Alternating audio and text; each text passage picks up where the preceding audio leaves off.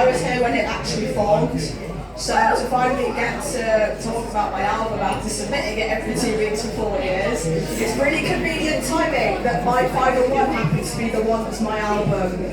I don't know, maybe some local ring or some shit? I don't know, who fuck knows. Anyway, today, if you haven't guessed by my outfit, we're going to be talking about a band called the Sherlocks. They're from Bolton-on-Down. They formed in 2010 from near Sheffield, and they are absolutely fucking brilliant. I love them with all my heart. I've seen them 9 times now. I'm going to see them a 10th time at the Steelyard in Sheffield. In my favourite place in Sheffield, Carolina. Anyway, about that. Yeah, so the band did used to be 2 pairs of brothers. Is that too loud? Is that too loud? No. Yes, the band used to be 2 pairs of brothers, and this album kind of signifies them stepping into a brand new era, because unfortunately during the COVID era, the previous 2, so Josh and Andy, they did leave, and it was left to Kieran and Brandon to carry on. And they brought in Alex and Trent, who helped bring in the new era, and I think that album was like, it was, it was about growth, progress, not letting the challenges defeat you, because obviously COVID was a make or break time for a lot of bands and things.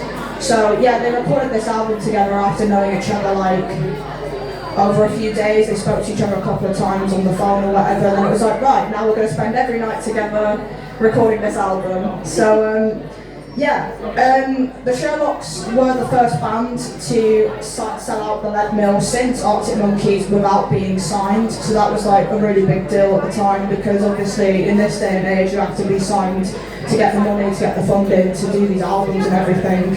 So for them to do it without any label behind them was it was really important. Which is another thing. They did their first 2 albums with a label, and then when it came to this album, another way it signifies a new era is because they were going independent for this one, and they weren't doing it with any label, any backing, no funding, nothing, so all the creative rights were just down to them.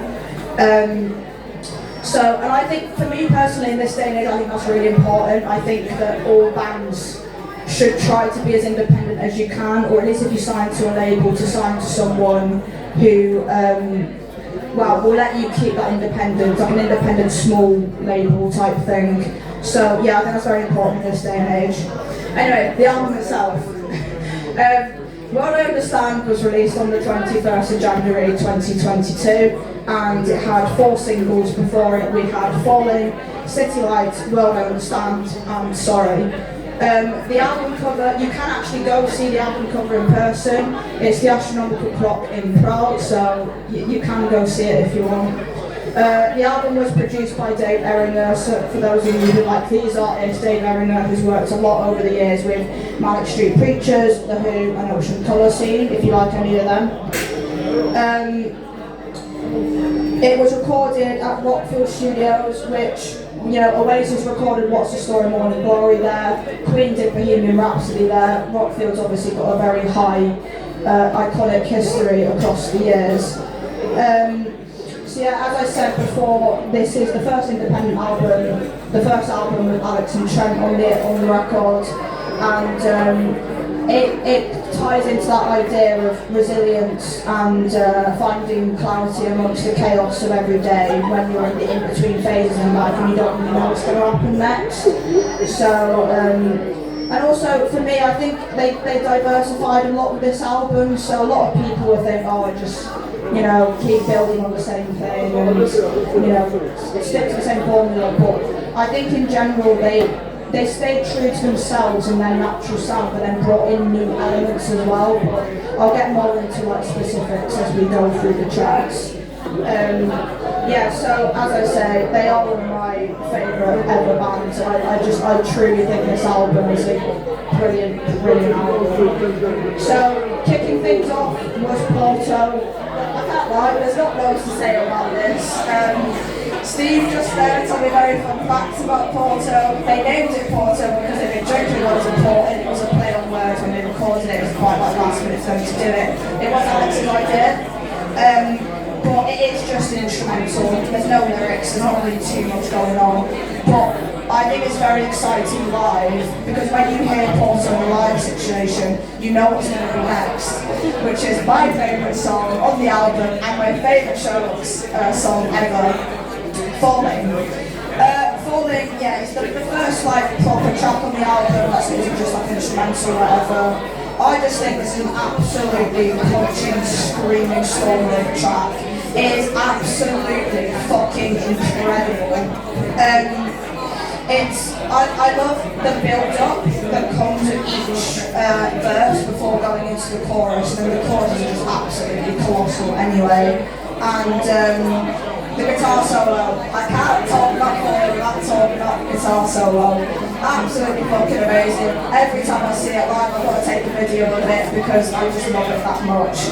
But yeah, I won't waffle about Falling too much because a lot will be like, I fucking hate this song if I keep talking about it. Anyway, so we go to Wake Up, which is again feeding into that self-reflective theme about, I'm sure everyone has that cycle of partying, waking up hungover, regretting all your decisions because you haven't drank so much, you know, that classic situation where you shoot it to all do it, do you know what I mean? Anyway, so it's building on that self-reflection, being like, oh, why the fuck did I do that? But in like quite a comedic, like cartoon way, it's like something, I think the Sherlocks are really, really good at doing it in that respect. They take what might be considered a heavier topic and put more light-hearted tone on it, to just, you know, make it a more fun track. Yeah, so it's like, it's not too broody, it's not too grumpy, it's just like, oh well, it's what it is, this happens, you know. Anyway, so if we go on to On the Run, which for me, absolutely, like, so heavy, so brilliant.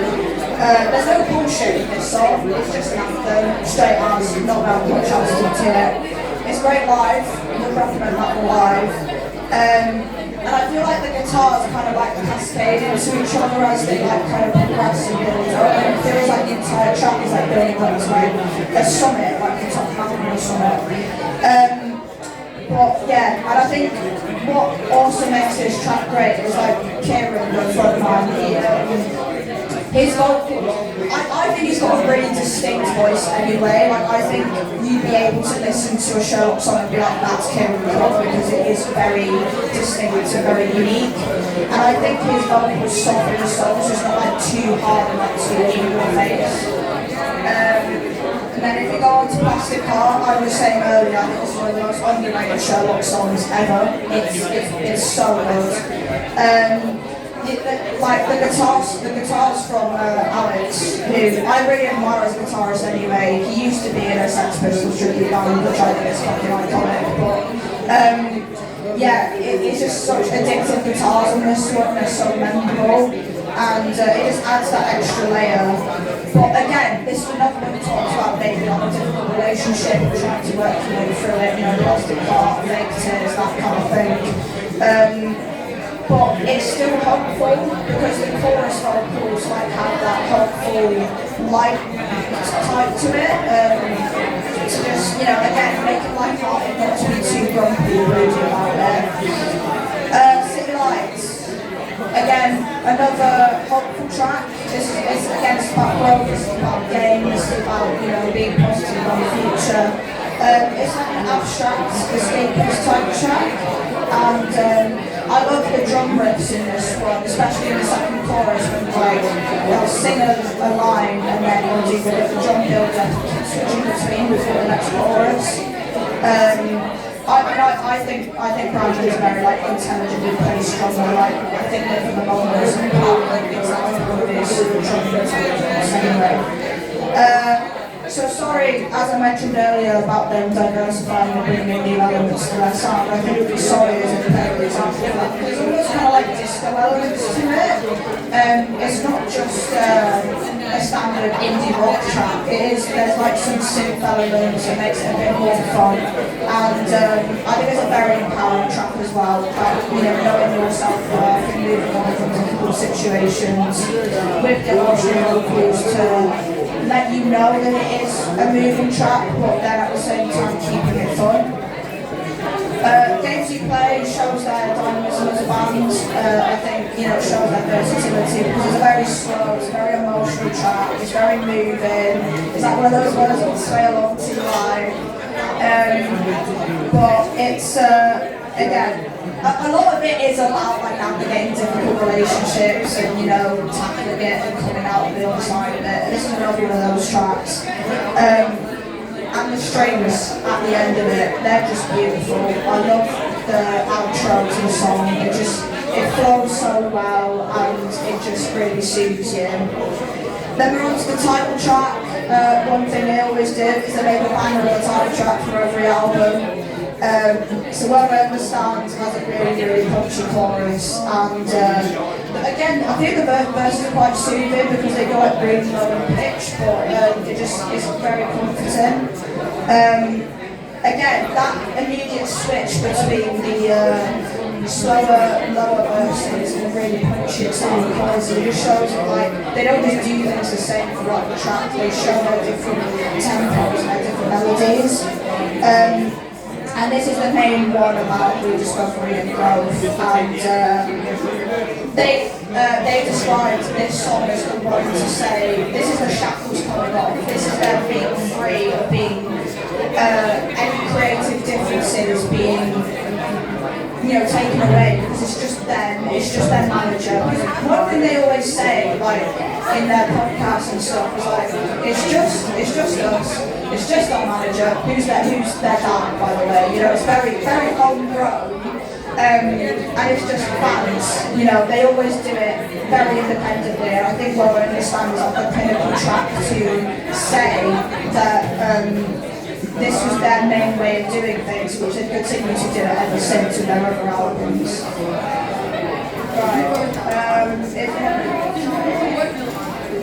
Last two tracks, don't worry, I won't go on too much more. Lastly, again, I think this is absolutely criminally underrated, this track. Needs to be played more live, needs more respect on its name, it's brilliant. I think the filler vocals at the end of each line of the chorus that are also repeated in the instrumental areas are like really effective. And the drum and guitar choruses in each instrumental part. I think that's what's really strong about this track is the actual instrumental areas. And then the final track, Slip Road. This track does contrast the breakups that are talked about and navigating difficult relationships to talk about spontaneous growth and spontaneous situations, to just go and do things, to get away, to do whatever you want to do. I think the piano on this, there's one thing that Trent does, he brings a lot of different layers to the band with the amount of instruments he can play. It brings something new, and I think it's a fun track to close out the album. It may not be as like punchy or high energy as other tracks that they've been played, but I do think it rounds it out nicely. Yeah, so that's what I understand. It's one of my, well, when I introduced myself initially, I had to say my top 4 favourite albums, and I did say What I Understand was in my top 4, so I'm very glad I finally got to talk about them, got to talk about the Sherlocks in general, because they're just brilliant people. But also, whilst I'm here, I would just like to say, because it is my final ever album review, and I know everyone graduates, I know everyone moves on, do you know what I mean? But for me, it's like, I watched the album, I watched the Society Fall, I've watched it up to this point. I am currently the longest standing member. I'm sure that will be beaten at some point, but currently I am, so I'm going to hold on to it whilst I have it. But yeah, I'd just like to say thank you to everyone. It's been me. I've really enjoyed my time. I hope everyone else enjoyed their time. I watched the Society grow from a tiny little corner table in the middle of the lending room, and then in the library, and then now we're moving on to, we're in dried up, we're booking out the space every 2 weeks, and we've had people come and make it bigger. I haven't done a fucking secret social, do you know what I mean? I mean, fucking smash this. I hope you guys enjoyed the time. I fucking really have. I hope you enjoyed this final album review, but fear not, this isn't the last ever event we're doing. We are doing more, but I'm going to let Benny say more about that. But yeah, thank you so much everyone.